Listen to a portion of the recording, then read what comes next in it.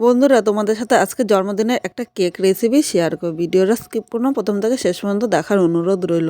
একবার দেখলে তোমরাও কিন্তু খুব সহজে বানিয়ে নিতে পারবে। জন্মদিনে এত টাকা খরচা না করে মাত্র 20 টাকা খরচা করে কিন্তু এই কেকটা তৈরি করে নিয়েছি। আর কেকটা কিন্তু খেতে দুর্দান্ত হয়েছিল। তাহলে কিভাবে করলাম চলো দেখে নেওয়া যাক। বন্ধুরা, প্রথমে দেখো এখানে 2 প্যাকেট আমি বিস্কুট নিয়েছি। বিস্কুটটা দেখ, এই জায়গায় আমি একটা মিক্সচারে বাটি নিলাম, এর মধ্যে বিস্কুটটা আমি নিয়ে নেব। 2 প্যাকেট বিস্কুটই কিন্তু আমি এর মধ্যে একদম মিহি গুঁড়ো করে নিয়ে আসবো। এবার বিস্কুটটা একদম মিহি গুঁড়ো করে নিয়ে আসবো। বিস্কুটটা একদম মিহি গুঁড়ো করে নিয়েছি দেখো, এইভাবে কিন্তু মিহি গুঁড়ো করে নিতে হবে। এবার এটা এক সাইডে রেখে দেবো। এই বিস্কুটের গুঁড়োটা কী করবো অবশ্য তোমাদের সাথে কিন্তু দেখাবো।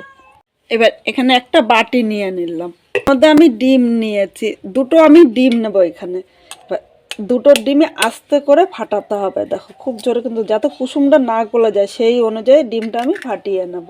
এখানে আমি দুটো ডিম নিয়েছি, ডিমটা তোমরা কম বেশি করে কিন্তু নিয়ে নিতে পারো, বা একটা ডিমও কিন্তু নিতে পারো। যেহেতু দেশি মুরগির ডিম আর ডিমগুলো খুব ছোট হয়, তাই আমি দুটো নিয়েছি।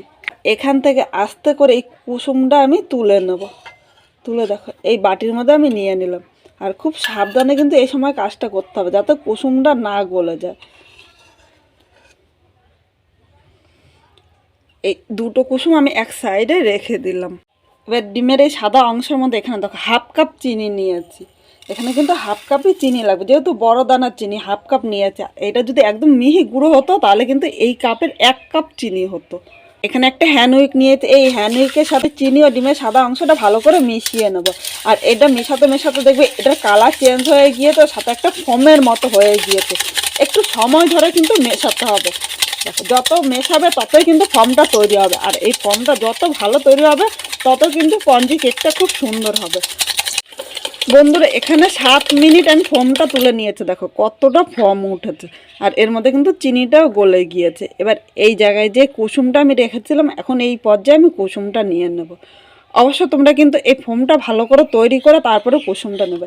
এবার কুসুমটা এর সাথে মিশিয়ে আরও 5 থেকে 7 মিনিট এইভাবে আমি মিশিয়ে এর ব্যাটারটা আরও সুন্দরভাবে তৈরি করে নেবো। এটা কিন্তু যত ফেটাবে এর কালারটা কিন্তু ততটাই চেঞ্জ হবে। আরও 5 মিনিট এইভাবে ভালো করে ফোমটা আমি তৈরি করে নেব। আর ফোমটা যত তৈরি করবে তত কিন্তু কেকটা সুন্দর হবে। ফোমটা কিন্তু তৈরি হয়ে গিয়েছে, আর দেখো ফোমটা কি সুন্দর হয়েছে। এইভাবে কিন্তু ফোমটা তৈরি করে নিতে হবে। এখন এর মধ্যে 1 বাটি ময়দা নিলাম। ময়দাটা আগে থেকে চেলে নিয়েছে, অবশ্য তোমরা কিন্তু চেলে নেবে, এর মধ্যে যাতে দানা দানা কোনো কিছুই না থাকে। এবার ময়দাটা আমি নিয়ে নিলাম। এর সাথে আমি 1 চামচ কোকো পাউডার নিলাম। এই পাউডারটা কিন্তু তোমরা যে কোনো মুদির দোকানে পেয়ে যাবে। হাফ চামচ বেকিং পাউডার নিলাম।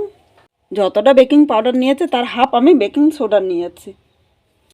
সামান্য একটু লবণ দিলাম, এটা স্বাদটা ব্যালেন্স হবে। এবার সব কিছু একসাথে ভালো করে মিশিয়ে নেব। আমি এই হ্যান্ড উইকের সাহায্যে খুব আস্তে আস্তে এটা মেশাবো, কিন্তু খুব তাড়াহুড়ো করা যাবে না, এইভাবে আস্তে আস্তে মেশাতে হবে। এর মধ্যে কিন্তু আমি কোনো দুধ বা জল মেশাবো না, এইভাবে আমি এটা মিশিয়ে নেব। বন্ধুরা, ব্যাটারটা তৈরি হয়ে গিয়েছে, দেখো এইভাবে কিন্তু মেশাতে হবে। ব্যাটারটা কিরকম হয়তো তোমাদের দেখিয়ে দিচ্ছি। দেখো খুব বেশি পাতলা বা খুব বেশি মোটা না, এইভাবে কিন্তু তোমরা ব্যাটারটা তৈরি করে নেবে। আর ব্যাটারটা কিন্তু খুব বেশি নাড়ানো যাবে না, এইভাবে হালকা হাতে ভালো করে মিশিয়ে নিতে হবে। এখানে ব্যাটারটা মেশানো হয়ে গিয়েছে। এবার আমি কেক তৈরি করার জন্য বাটিটা রেডি করে নেব। এর জন্য এখানে একটা আমি বাটি নিয়ে নিলাম। সিলভারের বাটি পায় কিন্তু আমাদের সবার বাড়িতেই থাকে, কারণ কেক তৈরি করার জন্য আমাদের কিন্তু কেক টিন থাকে না। তাই এই সিলভারের বাটিতেই তোমরা চেষ্টা করবে কেকটা তৈরি করার জন্য। এবার এই বাটিতে আমি সামান্য একটু তেল নিয়ে নিলাম। পুরো বাটিটা আমি ভালো করে লাগিয়ে নেব। তেলটা ভালো করে লাগিয়ে নিয়েছি। এবার এখানে একটা আমি বাটার পেপার নিয়ে নিলাম। এই বাটার পেপারটা আমি কেক টিনের উপরে বসিয়ে দেবো। এবার বাটার পেপারটা ভালো করে এইভাবে আমি লাগিয়ে নিলাম। এখানে বাটার পেপারটা সেট হয়ে গিয়েছে। আজকে চারিপাশে কিন্তু আর পেপার দেবো না। এবার এখানে যে ব্যাটারটা তৈরি করে নিয়েছি এর উপরে আমি পুরো ব্যাটারটা নিয়ে নিলাম। এখন একটু আমি হালকা হাতে ট্যাপ করে নেব। এইভাবে ট্যাপ করে নিলে ভিতরে যদি বাবলস থাকে সেগুলি কিন্তু তাহলে এটার সাহায্যে এইভাবে ভরাট হয়ে যাবে, তাহলে ভিতরে আর ফাঁকা ফাঁকা থাকবে না। আগের থেকে লবণ দিয়ে ফিটা গরম করে নিয়েছি, তোমরা লবণের পরিবর্তে বালি দিয়েও কিন্তু গরম করে নিতে পারো। এবার এই জায়গায় একটা এরকম আমি স্ট্যান্ড বসিয়ে দিলাম। এই স্ট্যান্ডের উপরে আমি বাটিটা বসিয়ে দিলাম। এবার মিডিয়াম আগুনে এইভাবে চাপা ঢাকা দিয়ে আমি 15 থেকে 20 মিনিট এইভাবেই রেখে দেবো। এর মধ্যে কিন্তু ঢাকাটা একদম খোলা যাবে না। আর এই সময় গ্যাসের আগুনটা একদম মিডিয়াম করে দিতে হবে, কারণ খুব জোরে দিলে কিন্তু নিচে দিয়ে পোড়া লেগে যাবে, তখন এই কেকটা খেতে ভালো লাগবে না। 20 মিনিট পর আমি ঢাকনাটা তুলে নিলাম। আর এখানে দেখো কেকটা একবার দেখিয়ে দিচ্ছি, এখনও কিন্তু হবে। আবারও আমি ঢাকা দিয়ে আরও 15 মিনিট একদম মিডিয়াম টু লো আগুনে এভাবে চাপা ঢাকা দিয়েই কিন্তু রাখতে হবে। আর এক ফুটাও যেন ফাঁকা না থাকে সেদিকে কিন্তু খেয়াল রাখবে। তাহলে 15 মিনিট পর তোমাদের সাথে আবার দেখা হচ্ছে। বন্ধুরা এখানে মোট টাইম লেগেছে আমার 35 মিনিট। তোমাদের কিন্তু এর বেশি বা কমও লাগতে পারে। এখানে দেখো কেকটা ফুলে কিন্তু একদম ডবল হয়েছে। এবার কেকটা কী করে পারফেক্ট হয়েছে কী করে বুঝবে সেটাও তোমাদের দেখিয়ে দিচ্ছি। এই জায়গায় দেখো এরকম একটা ছুরি নিয়ে, তো তোমরা ছুরি বা টুথপেস্ট যে কোনো জিনিস নিয়ে নিতে পারে। এবার মাঝখানটা আমি এইভাবে দিয়ে দিলাম। যদি এই ছুরিতে না লাগে তাহলে ভাববে কেকটা পারফেক্ট হয়েছে। এই দেখো তোমাদের একবার দেখিয়ে দিচ্ছি, ছুরির গায়ে কিন্তু এক ফুটাও লাগেনি, মানে কেকটা হয়ে গিয়েছে। কেকটা নামিয়ে নেব। আর এখন কিন্তু খুব গরম, তাই খুব সাবধানে নামাতে হবে। এবার এই কেকটা কিন্তু আমি ঠান্ডা করে নেবো, কারণ গরম গরম কিন্তু বাটির থেকে তোলা যাবে না। আর এর মধ্যে চলো ক্রিমটা আমি রেডি করে নেবো। আর একটা কড়াই বসিয়ে দিলাম। এবার এখানে দেখো 250 গ্রাম দুধ আমি জাল দিয়ে 1 কাপ করে নিয়েছি। এইভাবেই কিন্তু দুধটা একটু গাঢ় করে জাল দিয়ে নিতে হবে। 2 চামচ কর্নফ্লাওয়ার নিয়ে নেব, 2 চামচ চিনি নিয়ে নিলাম। এবার প্রথমে চিনি ও কর্নফ্লাওয়ারটা দুধের সাথে ভালো করে মিশিয়ে নিতে হবে। এখনও কিন্তু আমি গ্যাসটা ধরাইনি, আগে ভালো করে মিশিয়ে নিই, নাহলে কিন্তু কর্নফ্লাওয়ারটা দানা দানা হয়ে যেতে পারে। আগে ভালো করে এভাবে মিশিয়ে নেব। আমরা তো বাজার থেকে ক্রিম কিনে আনি, বাজার থেকে ক্রিম কিনে না এনে বাড়িতে কিন্তু তোমরা খুব সহজেই করে নিতে পারো। এখানে আমি লিকুইড দুধ নিয়েছি, আর লিকুইড দুধের পরিবর্তে তোমরা কিন্তু গুঁড়ো দুধটাও ব্যবহার করতে পারো। বন্ধুরা চিনি ও কর্নফ্লাওয়ারটা দুধের সাথে ভালো করে মিশিয়ে নিয়েছি। এবার গ্যাসটা আমি ধরিয়ে দিলাম। মিডিয়াম আগুনে 1 থেকে 2 মিনিট এইভাবে জাল দিয়ে একটু ঘন করে নিতে হবে। সবসময় তো ঘরে ক্রিম থাকে না, এইভাবে কিন্তু তোমরা ক্রিমটা তৈরি করে খুব সহজে কিন্তু কেকটা তৈরি করে নিতে পারো।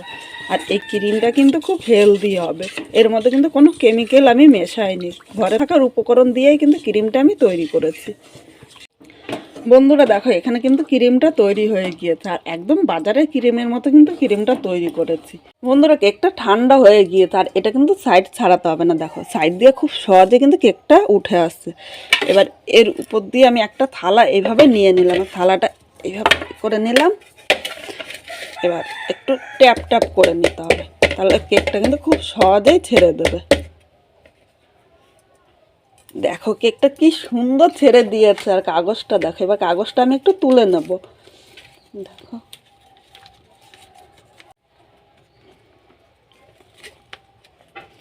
দেখো কাগজটা কিন্তু ছিঁড়ে যায়নি, খুব সহজে কাগজটা উঠে গিয়েছে। আর নিচটা দেখো একদম কিন্তু পুরা লাগেনি, দারুণ হয়েছে। এবার উঠিয়ে তোমাদের দেখাচ্ছি কেকটা কতটা স্পঞ্জি হয়েছে। দেখো তোমরা দেখেই বুঝতে পারছো কেকটা কিন্তু খুব সুন্দর স্পঞ্জি হয়েছে। এবার এই কেকটা দেখো আমি এই সোজাসুজি একটু কেটে নেব, এই সোজাসুজি। আর এটা আমি এখানে 3 পিস করে নেবো এই কেকটা। বন্ধুরা এবার কেকটা তুলে দেখাচ্ছে, দেখো ভেতরটা কি সুন্দর ফুলেছে। এই দেখো উপর দিয়ে আর 1 পিস আমি কেটে নিলাম। এই দেখো তোমাদের একবার দেখিয়ে দিলাম। আজকে এই প্রথম কিন্তু এই কেকটা তৈরি করছে। এবার এর উপর দিয়ে এই কাটা পিসগুলো আমি আলাদা করে নিলাম। এখানে যে ক্রিমটা তৈরি করে নিয়েছি এর উপর দিয়ে আমি দিয়ে দিলাম। এই ক্রিমটা দেওয়াতে কেকটা কিন্তু খেতে আরও বেশি ভালো লাগবে। এখানে এই কেকটা নিয়ে নিলাম, এর উপর দিয়ে আমি আবার ক্রিমটা নিয়ে নিলাম, এইটাও বসিয়ে দিলাম। এই ক্রিমটা আমি সাইড দিয়ে একটু লাগিয়ে নিলাম, চারিপাশটা ক্রিমটা লাগিয়ে নিয়েছে। এবার এখানে যে বিস্কুটের গুঁড়োটা করেছি এই সাইড দিয়ে আমি নিয়ে নিলাম। দেখো এইভাবে আমি দিয়ে দিলাম, একটু দেখতে ভালো লাগে। এই মাঝখানটা সামান্য একটু ক্রিম দিয়ে দিলাম, গুঁড়ো নিয়ে নিলাম। এইভাবে রাখতে পারো বা আরেকটু সাজিয়ে নিতে পারো। তাহলে আজকে আমার এই কেকটা কীরকম লাগলো অবশ্যই কমেন্ট করে জানাতে কিন্তু ভুলো না। এখন এই কেকটা আমি কেটে তোমাদের দেখাচ্ছি কীরকম হয়েছে।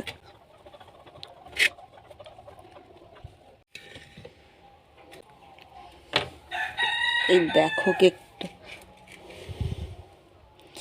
কি দারুণ হয়েছে ভেতরটা, দেখো কি সুন্দর স্পঞ্জি হয়েছে। খুব সহজে তোমরা এই কেকটা বানিয়ে নিতে পারবে।